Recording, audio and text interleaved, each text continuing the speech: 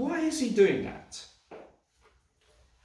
And the answer is in 4-6. For you are not a God who is pleased with wickedness. With you, evil people are not welcome. The arrogant cannot stand in your presence. You hate all who do wrong. You destroy those who tell lies. The bloodthirsty and deceitful, you, Lord, detest.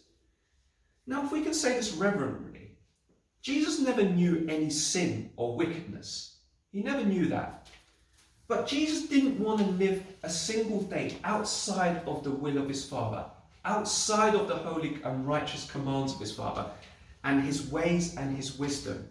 He simply didn't want to live on those terms where he would be like a prodigal son in this sense, where he would just take all his inheritance or his authority and just squander it on his own way and his own, in his own judgments.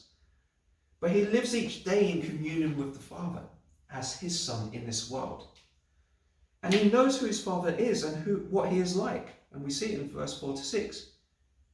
And he lives the life from the place of a joy and simplicity of a life lived right with God.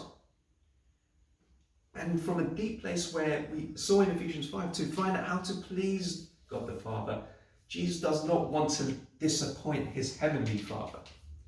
For he loved him and never went astray from him. Therefore, he is confident that his Father in heaven will always welcome him, will always listen to him, receive him, and the Father will drop everything to help his Son.